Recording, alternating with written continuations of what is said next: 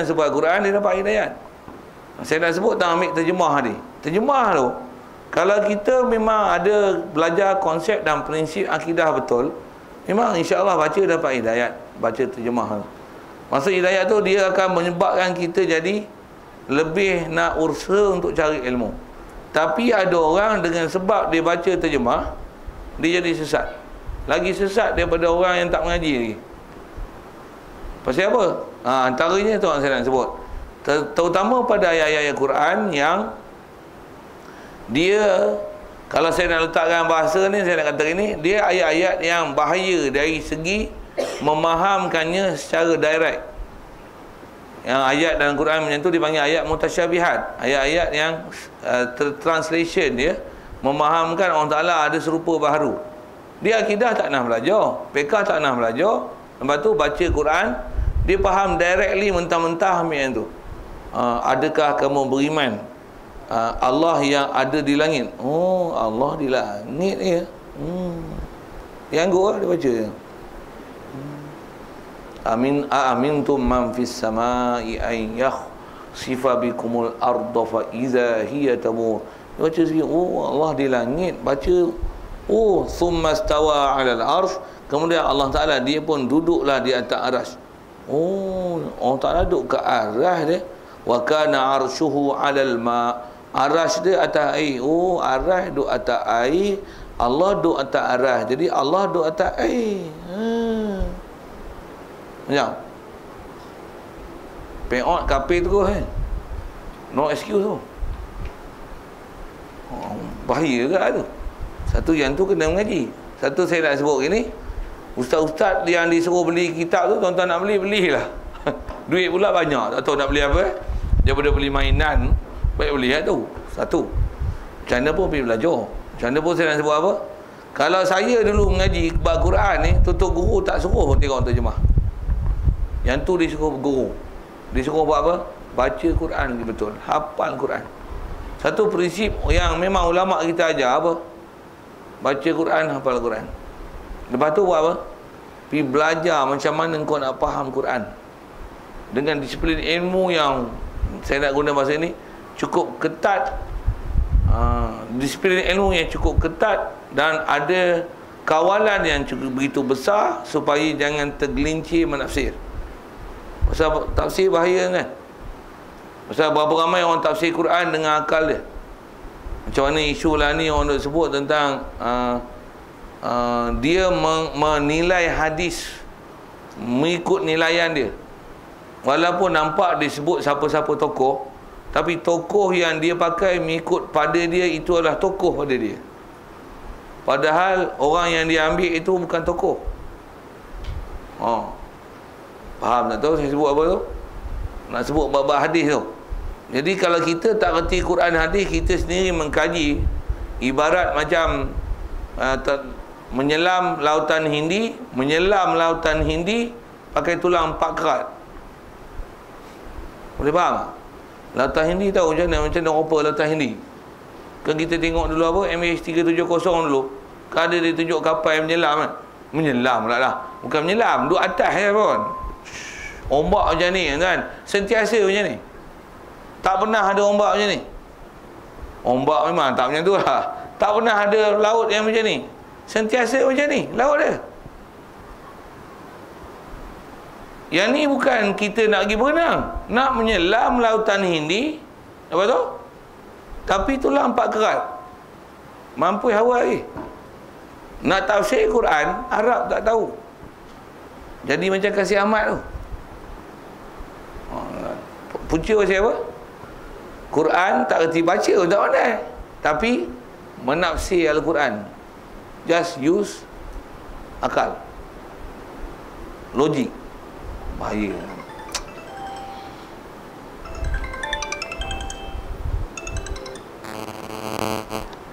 Baik, asal sebut kita adalah baca Quran tu lah. Jadi pergi baca, saja cerita macam-macam tu sikit, nak suruh pergi baca Quran dan pergi belajar ilmu Quran. Dan sikit lagi dengar tuan-tuan, Quran ni tak ramai dah orang pergi belajar dan ambil perhatian tentang ilmu baca dia. Sekali lagi nak sebut bahawa Quran tuan-tuan. Pasal benda ni kalau tuan-tuan tak perhati, saya tak tahu. Tapi saya perhati benda ni. Apa dia? Kalau tengok, kalau kita anak kita kan di sekolah rendah, dia ada majlis iktifal tu ya. Pasal saya tengok ni.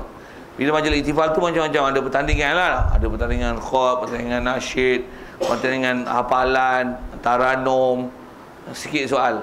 Pertandingan mana orang tengok banyak? Tak faham soalan. Yang mana orang tengok? Nasyid.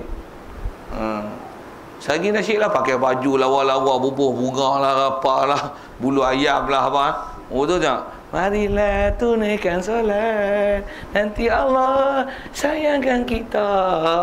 Boy, kita seronok. Dengar berapa orang pergi dengar pertandingan hafal Quran? Salah.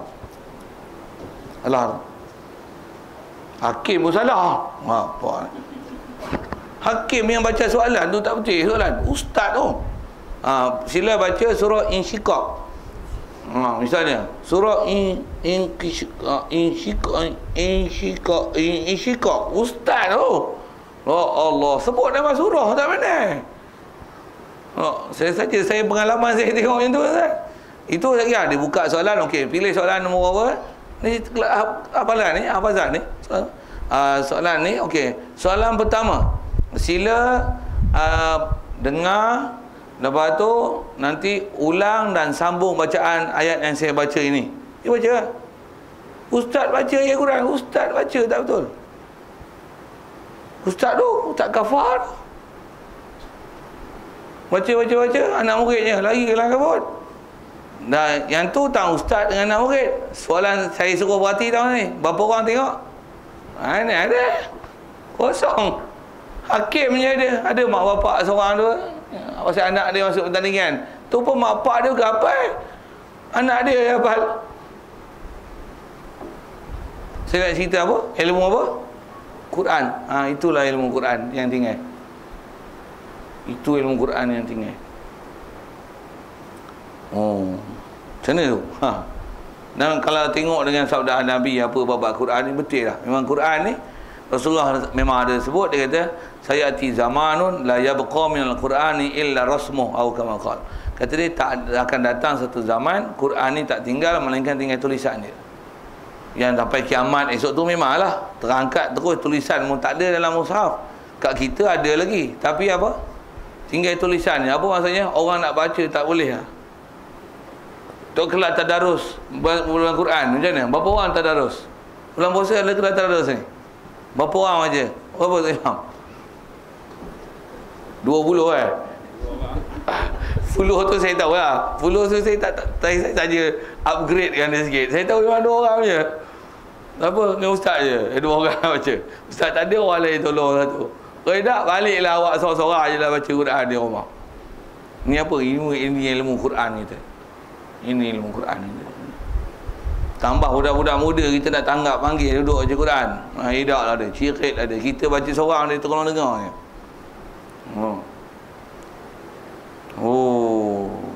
Jadi banyak benda kita kena buat ke Quran ni. Satu sikit lagi, ke Quran lagi tuan-tuan. Pasal kita nak cerita bab mulut ni. Satu, ulama kita dulu sebenarnya dah bersusah payah nak mengembalikan generasi kita ni supaya balik kepada baca Quran. Itu yang malam Jumaat baca apa? Yasin. Satu, kalau tak boleh baca pun, orang dulu sampai sampai tahap macam mana? Hafal Yasin. Saya zaman saya kecil-kecil dulu, saya masa tu duduk Kuala Lumpur. Saya dibesarkan di Kuala Lumpur. Sekolah rendah saya dibesarkan di Kuala Lumpur. Pakcik-pakcik yang keliling saya duduk baca Yasin malam Jumaat tu, 3-4 orang yang hafal. Yang saya ingat yang suara paling best, yang saya suka dia suara dan nada bila baca Quran, tuan kami panggil Haji Zainal. Haji lah, pergi haji lah. Haji Zainal, almarhum dah, lama dah meninggalnya pun. Oh, dia kalau baca Quran masya-Allah best. Tapi baca Quran buta huruf. Tak boleh baca Quran. Tapi Yasin apa di mulut? Pasal apa? Berkat ulama kita dulu ajar supaya tiap-tiap malam Jumaat baca Yasin. Ada seorang lagi surah Kahfi duduk di mulut dia. Tapi buta Quran, Quran tak boleh baca. Oh, kalau baca surah Kahfi dia duduk sebelah, dia dengar gitu. Kita segan. Awak baca tak apa betul. Dia hafal. lam yaj'al lahu iwaja qayyiman liyunzira ba'san shadidan min ladunhu wa yunziral. Sudah aja. Kita baca, dia semak kita baca ni. Baca lagi katanya, baca lagi. Tapi baca Quran tak boleh, dia boleh baca tu lah. Pasal biasa dengar duduk majlis baca surah Kahfi, pasal biasa dengar surah Yasin. Sajadah sama ya. Ada yang hafal sajadah tapi baca Quran tak apa boleh. Baca teruk. Saya nak cerita apa? Ulama kita dah usaha lama lah. Antaranya tu yang suruh baca Yasin malam Jumaat tu. Habis-habis tak boleh baca the whole Quran. At least Yasin ni boleh baca. Yasin ni boleh baca. Kalau tak baca lancar semua Quran pun, Yasin baca lancar. Jadilah orang mati baca apa? Yasin. Tu yang Yasin tu. Orang lain ni baca Yasin, bagi peri tak mau ambil. Lagi pula sama yang Wahabi hak bengong ni. Apa? Sambung, dia kata apa? Bidah katanya. Habis. Kawan memang malas baca Yasin. Quran pun tak boleh baca. Macam mana? Bagus. Islam agama mudah. Habis Yasin ni dah alif batal tak kena. Macam mana nak bolehkan balik baca Quran tu? Macam mana pun kat kita lah. Itu saya sebut fenomena kita yang keliling. Untuk kalau kita dah sedar bagus, kita mengaji ni bukan untuk ahli telinga kan, untuk kita faham, untuk buat tindakan, untuk take action. What action you do? Nak buat apa? Jadi cari jalan lah, susun kelas ke apa ke. Kalau tak ada orang yang tinggi sangat martabat tu, janganlah cari Ustaz Radhi Kamarul Hailan. Orang letih dia tuan-tuan. Tuan-tuan nak panggil dia, tuan-tuan semua hal hafiz, semua baca Quran lancar, bagi dia ajar taranum. Tak apa ha. Ini tuan-tuan padan dengan adik-adik satu aja ajar Iqra, suruh adik tu ajar Iqra. Kelas, okey adik ajar pakcik tu. Iqra 2 tau, Iqra 2. Selagi tak lepas bagi atas je, orang bagi lepas bagi bawah. Tahu? Suruh yang ajar sambung-sambung tu. Baca macam ni, lepas tu baca terbaliklah. Adik ajar macam tu. Nanti cerita kat ustaz. Suruh dia ajar. Jadi mentor. Okey. Tak payah panggil Ustaz Radhi Kamarul Hailan tu, tinggi sangat martabat. Cari rakan sebaya je untuk jadi mentor menti dari proses PMP dia.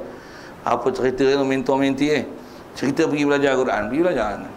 Kalau kita dah sambil jiran-jiran ni buat dealing temu janji apa. Macam nilah pagi-pagi sebelum masak tu saya ngaji Quran dengan awak boleh tak?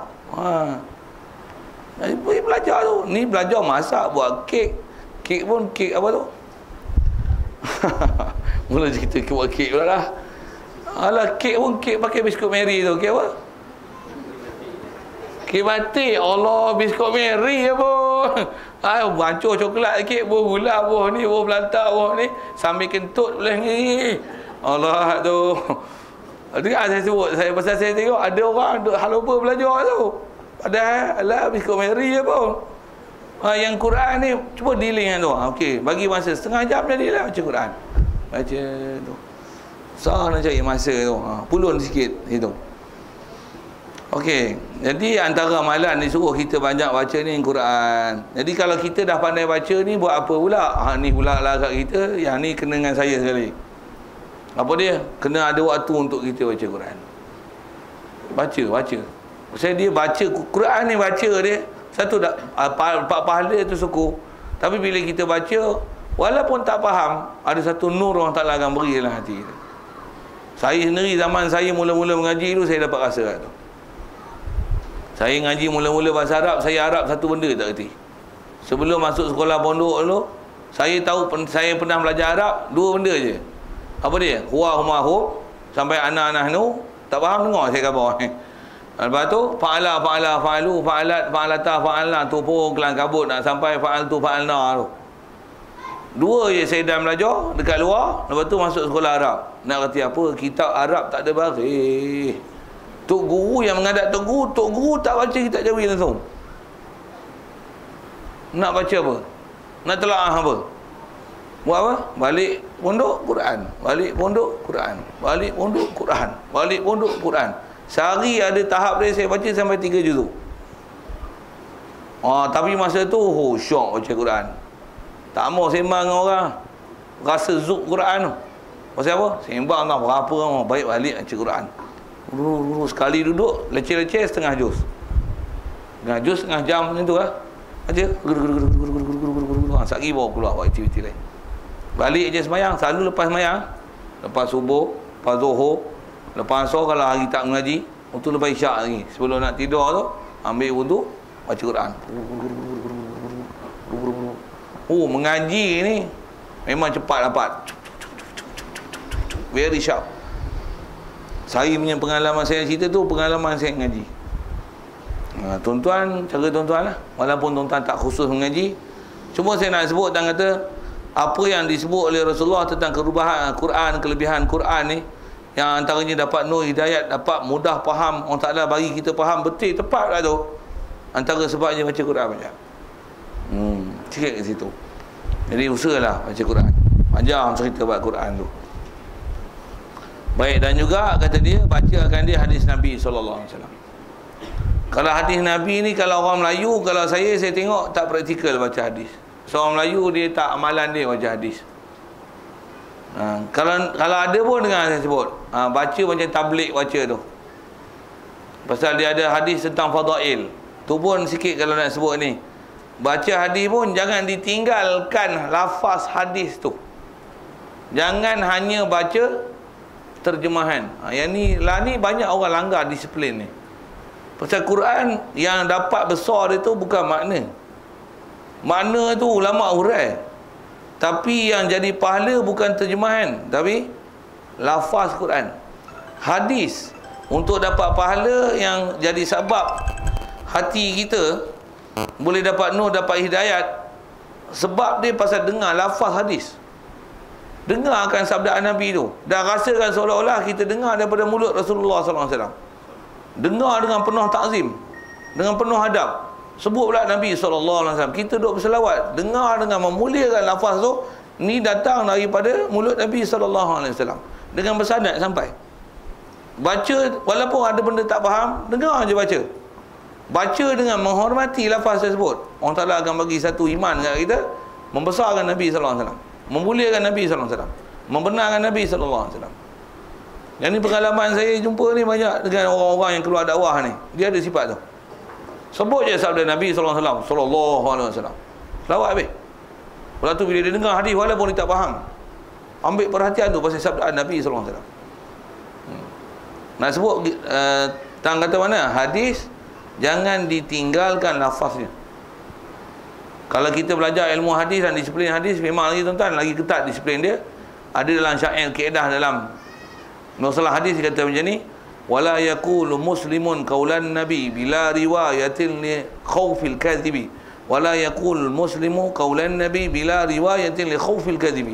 Tak boleh satu orang Islam mengatakan yang ni adalah sabdaan Nabi tanpa menyebut riwayat. Itu disiplin dalam ilmu masalah hadis. Pasal apa? Li khaufil kadhib, takut dia bohong. Hang sebut hadis, sebut. Tambah pula kita baca tu Riyadhus Salihin, baca hadisnya. Baca hadisnya. Macam mana pun kalau nak ambil huraian, nak mengaji hadis, macam mana? Bagi jumpa ilmu guru yang betul.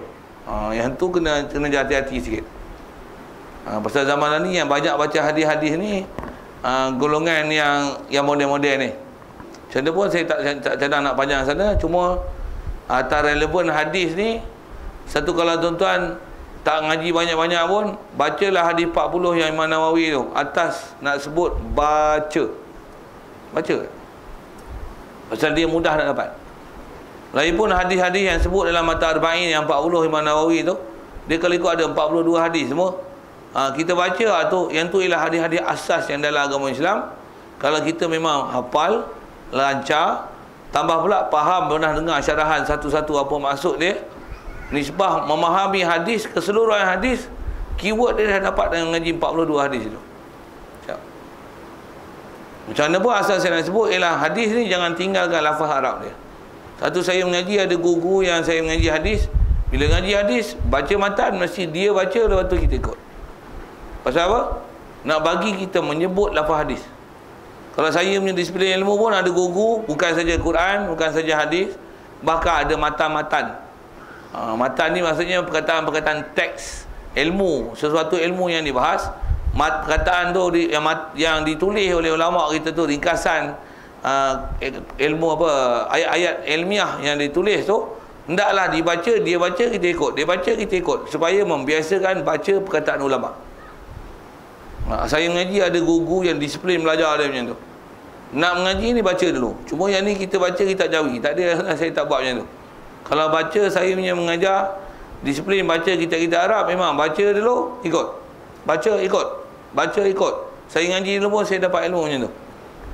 Pasal apa? Nak membiasakan dengar perkataan ulama. Pasal perkataan Quran, hadis Nabi, kata-kata ulama berkaitan dengan ilmu, dia adalah benda-benda besar yang jadi sebab hidayah. Baik. Satu, kita banyaklah benda tu, Quran, hadis. Dan sikit lagi dalam bab tu. Zamalan ni kalau sikit lagi bab Quran, ada orang kadang dia tak belajar baca, tapi dia suka pasang. Macam mana pun suka pasang dah bagus. Daripada suka pasang radio. Kita dah cerita bab radio itu. Pasang Quran bagus. Cuma dengar sikit macam ni bab Quran. Pasal Quran dia bila pasang, kau jangan buat benda lain melainkan ambil perhatian dengar. Dengar. Kalau tak mau dengar, tutup. Itu disiplin Quran. Maksudnya jangan pasang sekadar bunyian, tapi pasang dengan ambil perhatian. Kalau tak mau dengar macam mana, tutup. Jangan hanya sekadar dipasang. Habis-habis tidak macam ni. Pasang, dengar. Walaupun kadang-kadang keprihatinan tak ada kat situ, tapi jangan sembang dengan orang lain. Sembang, tutup. Pasal apa?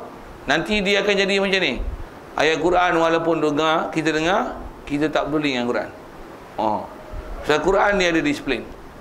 Atau sikit lagi kalau sebut masih ke Quran dan disiplin Quran. Katalah kita tengah baca Quran, orang bagi salam, Assalamualaikum, kita tengah baca ni. Waalaikumsalam warahmatullahi. Mai mana? Kita berhenti je tu. Oh tu kan. Ni apa urusan? Ni jumpa ustaz sikit. Sembang habis. Okey, dah selesai. Tak apalah. Astaudiunkallah. Cakap Arab sikit. Lama tak sebut, nak sebut tak apa mana. Okey.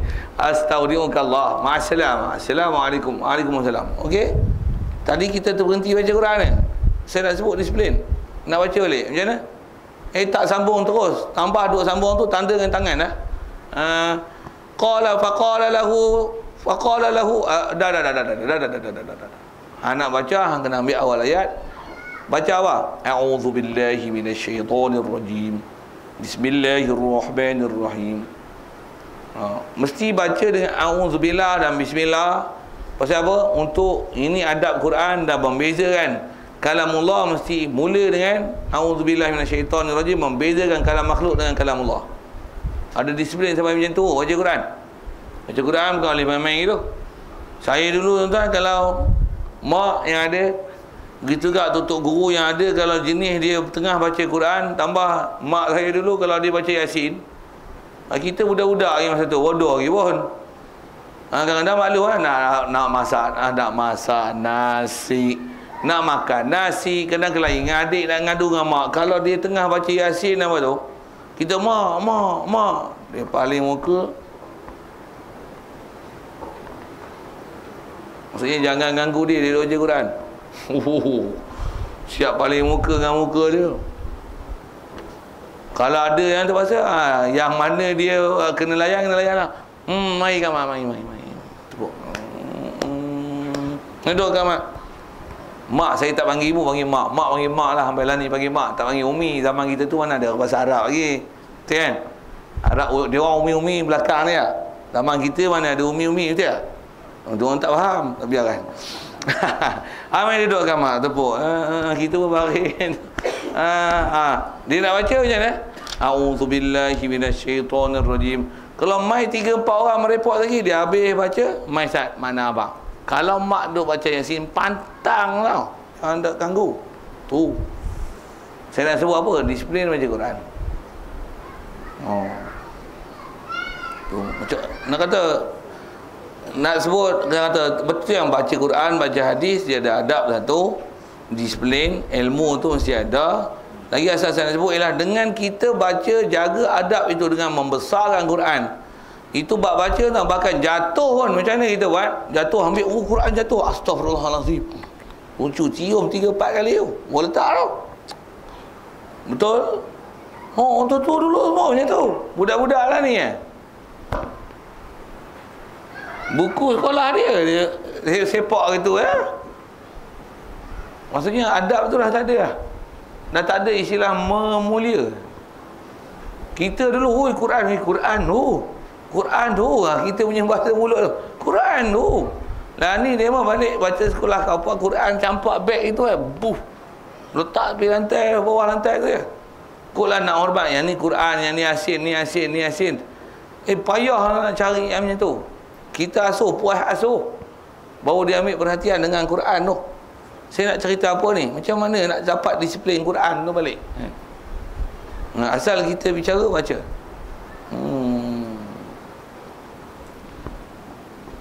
Baik, jadi mulut kita gunakanlah untuk ke situ. Quran, hadis. Okey, lagi dan segala zikir. Zikir. Jadi kalau ikut disebut tu tertib. Cuma kalau kita sikit tengok orang Melayu kita, Quran ni memang nisbah orang dulu best. Hadis tak berapa. Pasal kita orang Melayu ilmu hadis nipis. Zikir yang tu ada. Tu yang ada zikir hari Senin, Selasa, Rabu, Khamis, lepas subuh, lepas asar, lepas maghrib, macam-macam tu yang dia advance sikit bila ngaji tauhid apa-apa Quran semua okey. Tu yang selalu baru di-apply kan tentang tarikat. Tapi selalunya bab-bab tu bila dah selesai bab-bab asas fardu ain dalam bab ilmu akidah dan ilmu fiqh, barulah ngaji nanti tasawuf, lepas tu applykan dia dengan zikir. Kalau tidak memang zikir atas nama zikir khusus dengan bai'ah tarikat. Orang Melayu kita kalau nisbah disiplin untuk tok guru dulu tak ada lagi. Dia takkan bai'ah dan ajar tarikat melainkan dengan dah disempurnakan semua fardu ain dalam bab akidah dan dalam bab tasawuf, dalam bab fiqh dan tasawuf. Sikit saya nak sebut masih lagi disiplin tentang tarikat tu. Saya mengaji dengan Tok Guru almarhum Batih ni dulu. Pasal dia ada tarikat, dia pun ada beberapa tarikat. Saya sendiri pun ada beberapa tarikat yang saya ambil. Saya nak sebut gini, masa dia mengajar saya dah sebut dah, masa disiplin mengaji dia tak pernah ajar tarikat. Dan kalau ada budak-budak yang main pondok, kadang yang budak umur 20-30 tahun sekalipun, kalau mari pondok, mari semata-mata untuk amal tarikat. Dia panggil, dia kata mari pondok bukan untuk beramal tarikat, dia untuk mengaji ilmu. Mu kena hafal ilmu, bukan hafal Quran, hafal ilmu, hafal tasrif, apa yang madhi, apa yang mudhari'. Pasal apa? Mengaji kena ngaji ilmu alat. Kata alat ni macam nak baca buku kena ABC, nak baca Quran kena alif bata, nak faham Arab kena nahwu saraf. Macam tu kot dia punya bandingan tu. Yang ni mari bagi zikir, ilmu tak dapat dah. Dan kalau kata tinggal zikir ni macam mana? Dengar dia sebut. Dia kata duk hafal tasrif, huwa huma hum ya huma hunna, fa'ala fa'alu, in fa'ala yang fa'ilu, in fi'ala fa munfa'ilun munfa'alun, in fa'ila tanfa'il munfa'alun min fa'alun. Apa tasrif semua tu? Kata dia hukum dia adalah lebih besar pahala daripada zikirmu. Pasal zikir sunat, yang ni fardu kifayah. Mu ngaji ni menyebabkan ada benda ilmu yang orang lain mengaji, dengan sebab mu ngaji lepas dosa demo. Jadi kita belajar menghafal hak tu, pahala dia tak dapat pahala semata-mata sebut, tapi dengan sebab itu jalan nak boleh faham ilmu nahwu saraf bahasa Arab, yang tu jadi alat mengaji dia fardu kifayah. Zikir sunat, menghafal dan melancarkan mulut dengan bacaan itu adalah fardu kifayah. Membaca dan menyebut fardu kifayah adalah lebih besar daripada menyebut zikir yang sunat.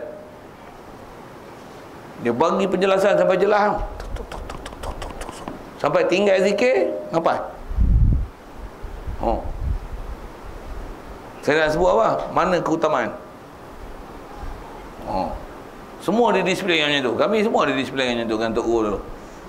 Tak ada yang main pondok zikir. Kalau ada, sehari kita tak kena panggil tu. Tak kena panggil tambah duk mengaji, Tok Guru duk baca kitab, orang duk ambil makna, ambil faham, dengar Tok Guru duk syarah gini bab akidah, fiqh apa. Dia duduk pegang tasbih, duduk je ni.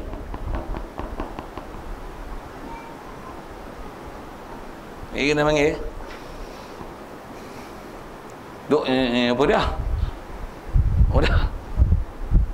Pegang pen, ambil kitab, baca mana, tang mana. Mau dengar satu pahala, tengok satu pahala, tulis satu pahala. Mau soal tu satu pahala lagi. Tulis. Ambil soal. Ambil faham.